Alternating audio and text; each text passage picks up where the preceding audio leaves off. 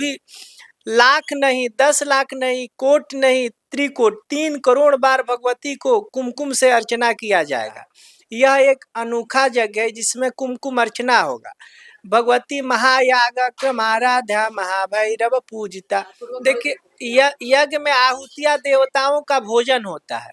जैसे जिस देवताओं के नाम से स्वाहा किया जाता है तो उस देवताओं तक पहुंच जाता है। और हम लोग जो यज्ञ करेंगे उसमें लिखा है कि श्रीमाता श्री महाराग्नि श्रीमत सिंहासनेश्वरी चिदग्नि कुंड संभूता देव कार्य समुजता। उस अग्नि में साक्षात भगवती विराजमान होती है। पूरितम अम्बेत काते स्तुति स्व परापरोक्ति। समस्त जगत की जो माताएं हैं, स्त्रियां हैं, वो जगदम्बा की स्वरूप है और समस्त जगत ही जगदम्बा का स्वरूप है। और जगदम्बा की पूजा जगदम्बा स्वरूप सुहासिनी माताओं द्वारा होगा। यह अपने आप में एक अनोखा विषय प्रस्तुत होने जा रहा है। नमस्कार, आप न्यूज फाउंडेशन देख रहे हैं। मैं हूं आपके साथ वंदना। वैसे तो हमारे भारत देश की सनातन संस्कृति में कई सारी पूजा का विधि विधान बताया गया है, लेकिन सबसे महत्वपूर्ण महायज्ञ बताया जाता है। हमारे साथ महाराज जी हैं और महाराज जी का आगमन राजधानी पटना की धरती पर हुआ है और ये किसी खास वजह से हुआ है। ऐसा इसलिए हम कह रहे हैं क्योंकि महाराज जी विशेष जानकारी देंगे, क्योंकि महायज्ञ की तैयारी लंबे समय से पाटलिपुत्र की धरती पर चल रही थी और अब करीब जो दिन है वो नजदीक आ रहा है। तो विशेष समय नहीं लेते हुए महाराज जी से पहले बात करते हैं। सबसे पहले स्वागत है आपको। जी जी नमस्ते। जी जी जी। वैसे तो कहा जाता है कि हमारे संस्कृति में महायज्ञ का बहुत विधि विधान भी है, बहुत उसका महात्म भी बताया गया है ऋषि मुनियों के द्वारा। लेकिन जो यज्ञ का आयोजन किया गया है उसका विषय वस्तु क्या है, खास क्या है महाराज? देखिए, हम लोग यज्ञ करते हैं तो उसमें हम लोग विशेषतः यज्ञशाला बनता है, उसमें होम हो जाता है। हमारा मतलब हमारे आम जनमानस में इसी को यज्ञ करते हैं। परंतु हमारे यहाँ देव यज्ञ होता है, वो यज्ञ का एक भाग होता है, विविध प्रकार से यज्ञ होता है। यह एक अनोखा यज्ञ है जिसमें कुमकुम अर्चना होगा। भगवती महायागाक्रमाराध्या महाभैरव पूजिता। भगवती की जो क्रम से पूजा होती है, ललिता त्रिपुर सुंदरी का श्री यंत्र पर कुमकुम द्वारा सुहासिनी माताओं द्वारा अर्चन होगा। तो हमको लगता है कि बिहार में पहली बार कुमकुम से भगवती का अर्चन हो रहा है, वो भी लाख नहीं, 10 लाख नहीं, कोट नहीं, त्रिकोट 3 करोड़ बार भगवती को कुमकुम से अर्चना किया जाएगा। इसमें दक्षिण भारत से लेके काशी और देश के मूर्धन्य विद्वान शामिल होंगे। दिन में सहस्र सुहासिनी माताओं द्वारा कुमकुम से श्रीयंत्र पर अर्चना होगा और रात में आगम विधा द्वारा तंत्र विधा द्वारा भगवती का श्रीयंत्र पर पूजा होगा।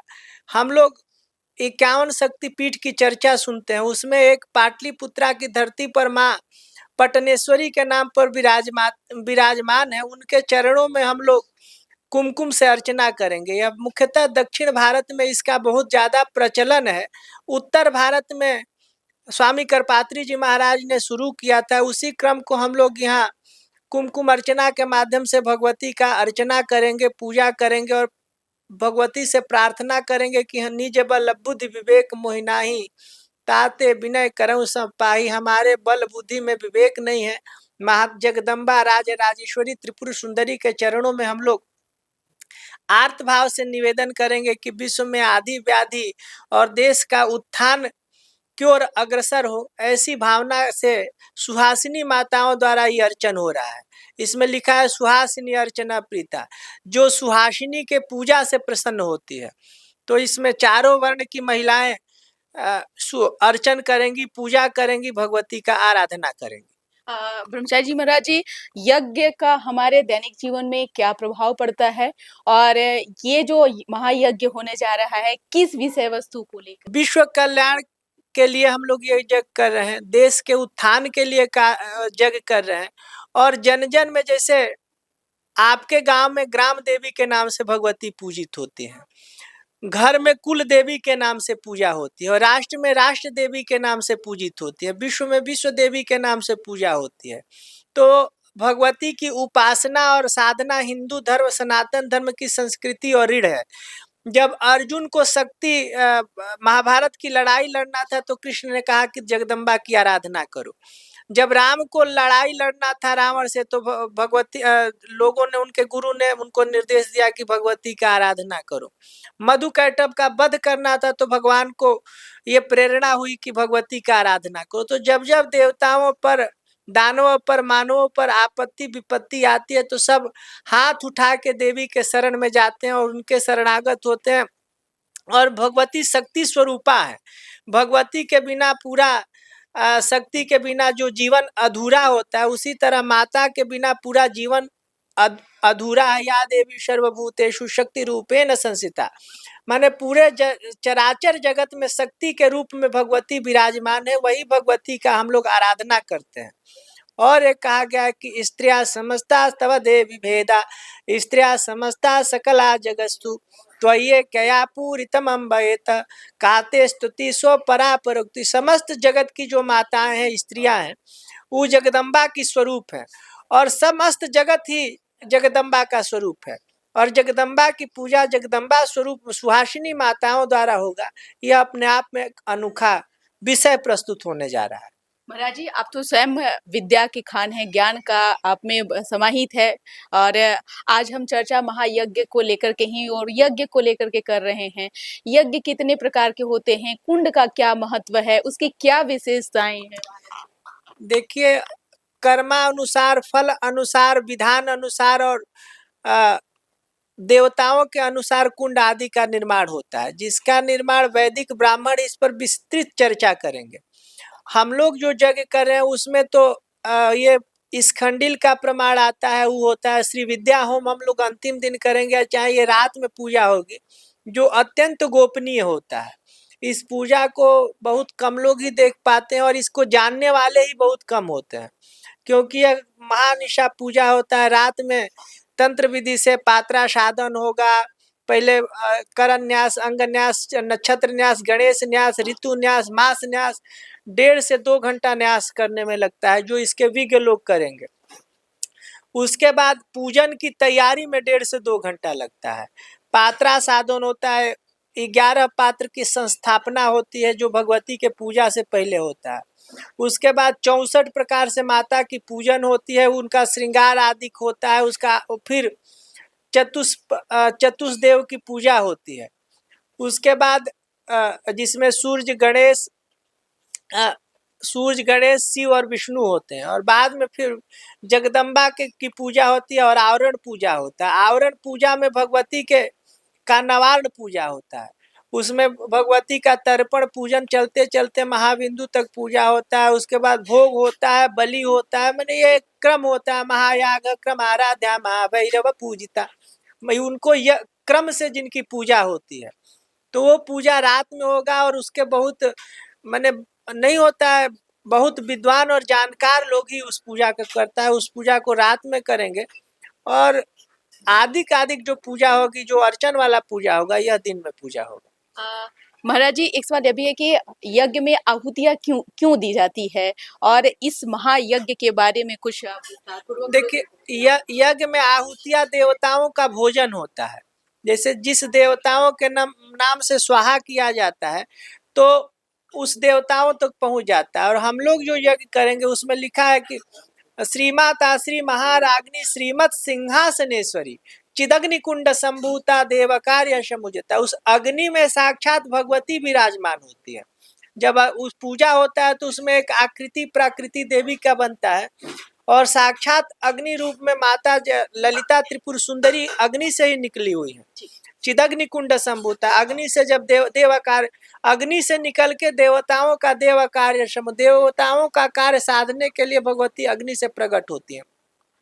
तो उस अग्नि में जो भी पूजा होता है, उसमें साड़ी पूजा, स्वर्ण आभूषण जो भी होता है, 1664 प्रचार से पूजन होता है, तो उसमें साक्षात भगवती होती है। उसमें खीर से, कुमकुम से और आदि जो गोपनीय वस्तु होते हैं उनसे होता है। हम लोग मीडिया में इसकी चर्चा नहीं कर सकते हैं। जी महाराज जी, ये कितने दिनों तक के चलने वाला है? ये हम लोग 26 से शुरू करेंगे और 30 को पूर्णाहुति होगी। जी महाराज जी, और ये सवाल है कि आज देखा जा रहा है कि हमारे समाज में सामाजिक और पारिवारिक मूल्यों में काफी गिरावट हुई है। लोगों को क्या मैसेज देंगे महाराज जी? देखिए पूजा पाठ करते हैं। अब आप बताइए, जहाँ हो रहा है कि हम लोग के यहाँ महिलाओं का कोई मोल नहीं है, महिलाओं का कोई रोल नहीं होता है पूजा में। आप देखिए इस श्री विद्या के पूजा में महिलाओं का ही रोल होता है, और ये नहीं है कि काशी के विज्ञ ब्राह्मण ही इस पूजा को करते हैं।